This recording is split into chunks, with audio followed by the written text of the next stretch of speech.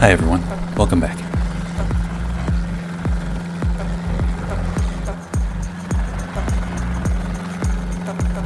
Dreamfoil Creations is back in active development for X-Plane, and they just released the Schweizer S300CBi, and it is a lot of fun.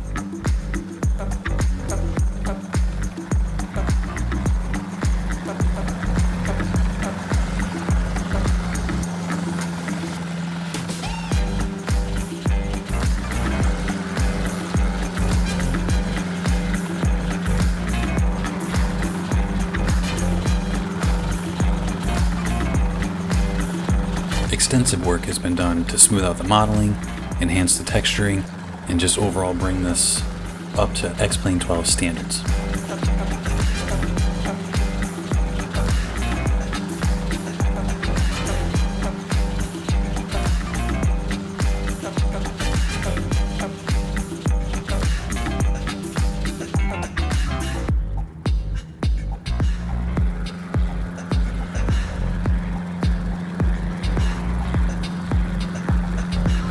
I'll take a look at all the different options in the Smart menu and have a look at the model from the outside, and then we'll take it for a flight around Talkeetna in Alaska and give you my initial thoughts and impressions after I flew it for a little bit.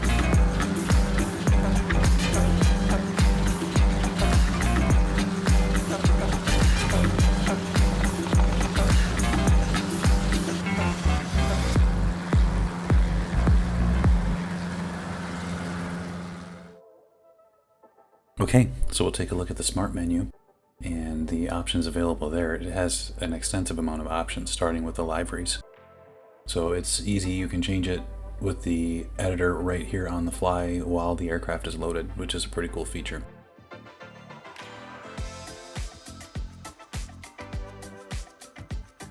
So the initial download when you purchase it doesn't include all of the available liveries, I think just for size of download, but you can get them for free from the X-Plane Org website. In addition, there's other options. There's the options for stability, and then most of the options are in the customize section, and this is where you can put all the different covers on and off. What's really neat here, watch when you remove all of them, you can actually see the blade flex. It's a pretty cool feature. Anyways, with all the different options available, you can change them right here through the menu, and you can see them change right here on the fly. Some of the options are actually also available through the weight and balance menu, but some of the options actually that are on the click spots in the exterior, like the angle of the landing light, those are only available through the exterior click spot. So different ways that you can access all the different features in the helicopter, but there's quite a few different options.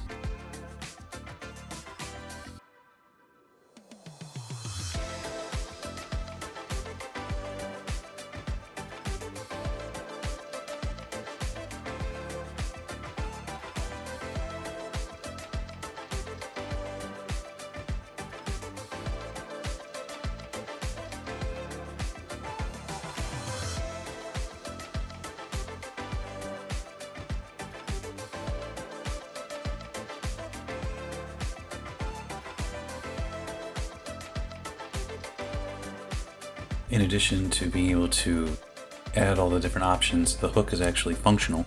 It does work with the plugin to be able to do external load sling loads. And there's also another option available to see where the load is at in the center of gravity. So you'll see that later here.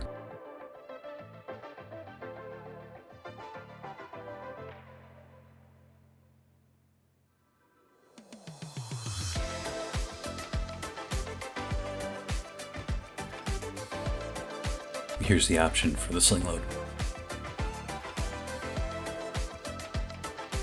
You can access the checklist here, but you can actually also access it inside the cockpit.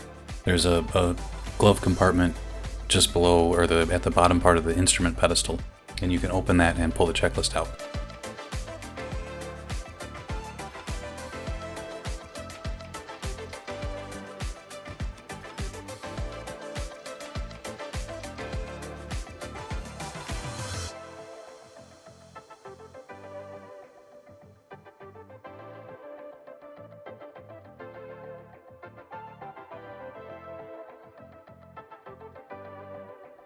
Another pretty cool feature is the ability to move the rotors by manipulating the tail rotor.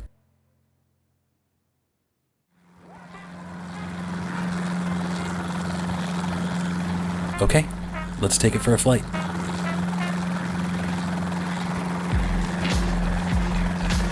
I have flown it for a few hours now to get comfortable with it, but this initial video was actually my first flight with the S300 at Talkeetna.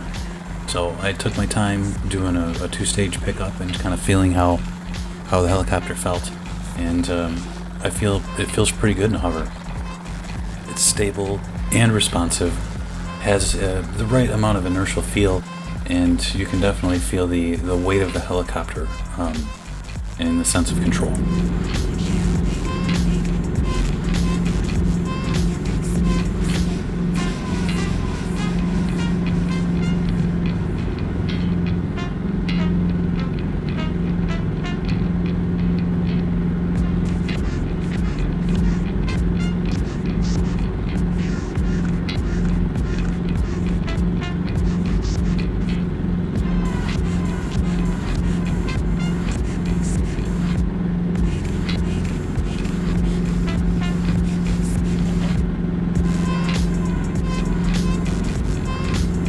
Feels really good hover taxiing it around the airport.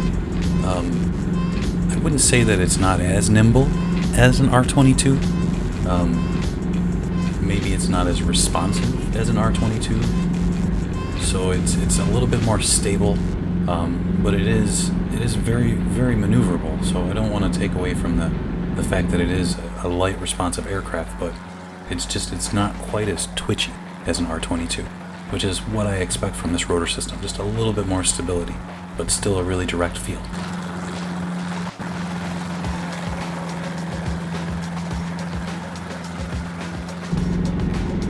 I felt it was really good and responsive to collective inputs as well, so just a really light touch on the collective is all it needed.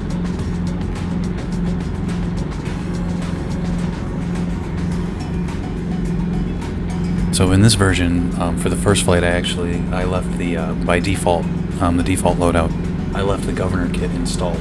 So there is an aftermarket or third-party governor kit available to Schweizer owners. Right, this helicopter does not typically have a governor; it has a correlator. A correlator is a mechanical connection to the throttle and collective. Right? So as you raise the collective, the correlator will roll throttle on.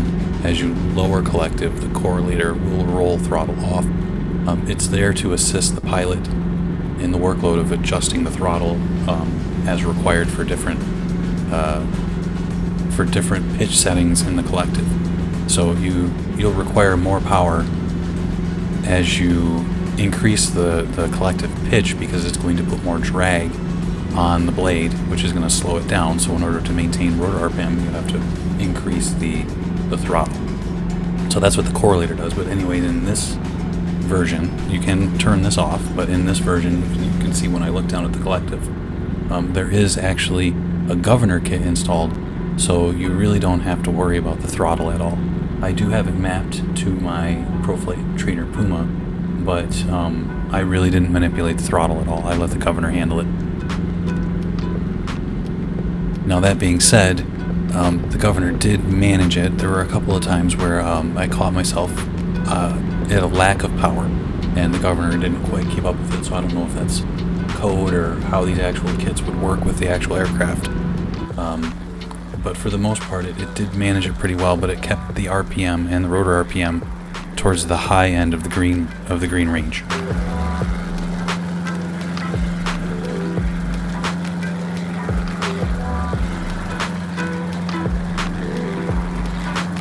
Well, this scenery is actually from Northern Sky Studio, and in the future I plan to do a little comparison, because I have the same scenery in Microsoft Flight Simulator by the same developer, and the same helicopter but by a different developer, so it might be one of my next upcoming videos.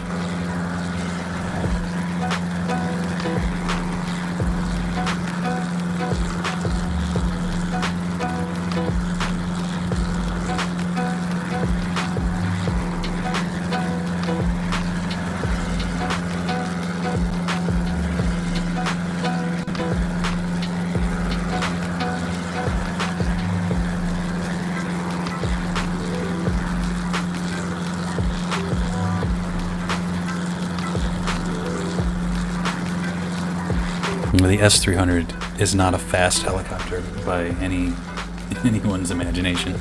It's pretty slow.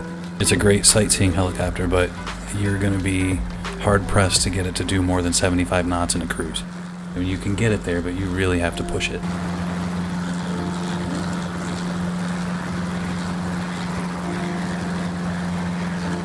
No, the engine in the S300 is not limited, so it's pretty much whatever it can handle. So you can pretty much push close to 30 inches as far as manifold pressure, but why operate in a range that's going to put more wear and tear on it if you don't have to?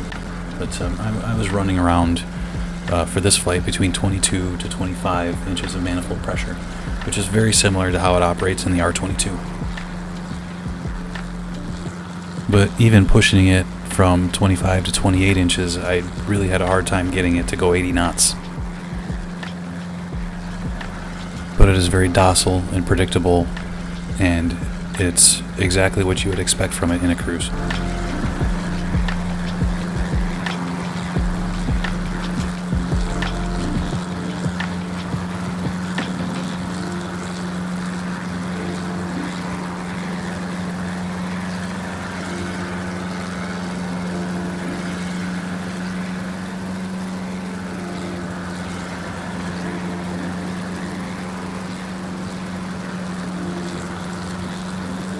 Slowing down and descending, I did notice that it was a little twitchy for trim adjustment of the tail rotor. So if you don't quite get your trim, if you don't keep your aircraft in trim as you're decelerating, it got a little twitchy in the pitch axis. So I kind of expect that. That's pretty normal. I get the same feelings from the R22. This was just a little bit more sensitive than I expected.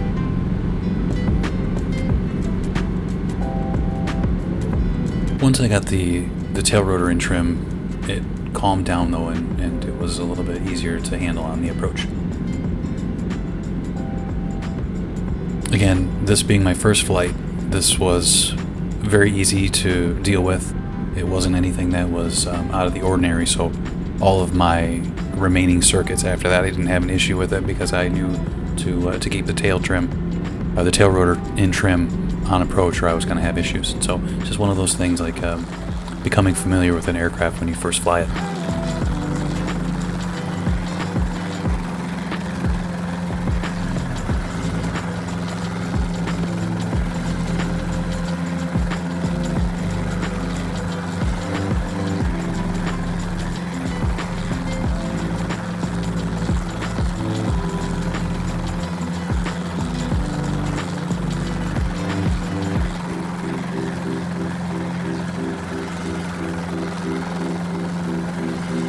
Overall, I'm really impressed with the quality of modeling, texturing, and the flight dynamics are superb. They're really phenomenal. It just feels really good to fly, especially in VR. It's really well done. And I do know the developer is very active on the forums over at explain.org, and there's already an update that is planned. So this will be one that gets a lot of attention from the developer.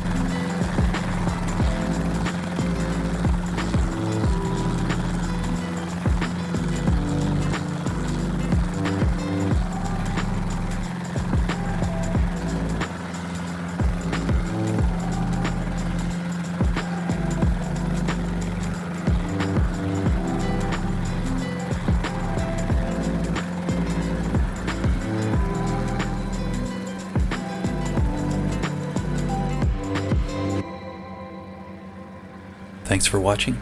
Be safe, be kind, and I'll see you in the next video.